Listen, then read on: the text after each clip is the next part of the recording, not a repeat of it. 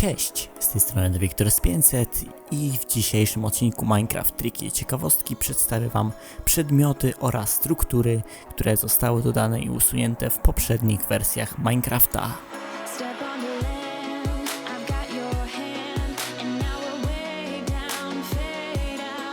W wersji Minecrafta InDev możliwe było wykonywanie izometrycznych screenów za pomocą klawisza F7. Zapisywało to nam aktualną lokację wraz z naszą postacią, jeżeli screen był robiony w trzeciej osobie. Jedynym problemem był zakres widzenia gracza, który wyznaczał wielkość zapisu terenu przez screenshota, jednak i tak takie screenshoty robiły duże wrażenie. Koło zębate zostało dodane 26 stycznia 2010 roku. Można je było zdobyć tylko i wyłącznie używając kodu gry. Koła zębate były niewidoczne w ekwipunku. Postawione na ścianie nie były możliwe do zniszczenia poprzez uderzenie, jednak tylko za pomocą wody. ID wynosiło 55, jednak 27 czerwca zostały one usunięte i zastąpione w alfie 1.0.1 redstone'em. W wersji Old Alpha C0.30 podłoga 01C pojawił się folder Armor, który zawierał dwa pliki przedstawiające hełm oraz napierśnik. Jeden z plików został ukończony i nazwany chain.png, użyty jako tekstura kolczugi. Natomiast drugi z plików plate.png pozostał bez zmian, po czym usunięty. Możliwe, że został zastąpiony żelazną zbroją. W InDev w plikach gry można było znaleźć dwie tekstury, które przedstawiały krzesło i stolik. Docelowo jednak nie dowiedzieliśmy się, co to tak naprawdę było. InDev zawierała także teksturę kołczanu dodaną przez Notcha, jednak Jeb oznajmił, że na razie nie ma planów, jak wykorzystać dany przedmiot. Podczas wersji 1.9 Dinerbone wysłał screena ukazującego w ekwipunku teksturę kołczanu. Jednak w czerwcu 2015 roku Dinerbone wypuścił posta, że postanowił usunąć ponownie przedmiot na rzecz strzał trzymanych w drugiej ręce. Pigment zaprezentowany przez użytkownika Mikle w kwietniu 2011 roku miał początkowo służyć jako osadnik występujący w wioskach NPC, jednak w becie 1.9 zaprezentowano innego moba. W 1.6.2 plik z teksturą został usunięty. Czy przed wersją 1.2.0 alpha, w której deweloperzy dodali biomy, w Minecrafcie istniał śnieg? Tak, w wersji 1.0.4 istniał nowy typ mapy Winter Mode, w którym na całej mapie był generowany śnieg, a woda była zamieniona na lód. Spawnowało się również mniej zwierząt.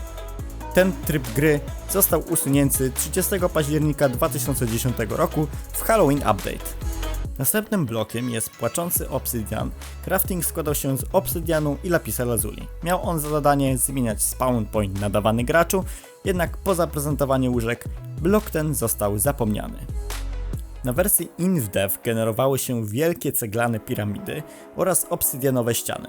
Piramidy składały się całkowicie z jednego rodzaju bloku i nie posiadały żadnych pomieszczeń. Obie struktury zostały usunięte w przyszłych aktualizacjach wersji InDev. 24 stycznia 2010 roku zostały dodane bloki nieskończonego źródła wody oraz lawy, posiadające ID 52 oraz 53. Blok wodny 25 czerwca podczas wersji InDev Secret Friday 2 został zastąpiony blokiem spawnera, natomiast blok źródła lawy 28 czerwca zastąpiły drewniane schody. Zablokowana skrzynia została dodana podczas Prima Aprilis w 2011 roku. Od 1 do 5 kwietnia każdy generujący się chunk miał szansę na stworzenie zamkniętej skrzyni, która po naciśnięciu przenosiła gracza do sklepu Minecraft Store. Pomiędzy różnymi wersjami występowały pewne anomalie związane z drzewami. Różne drzewa posiadały zamienione pnie z innymi liśćmi. Powodem tego było takie same ID liści w obu rodzajach drzew.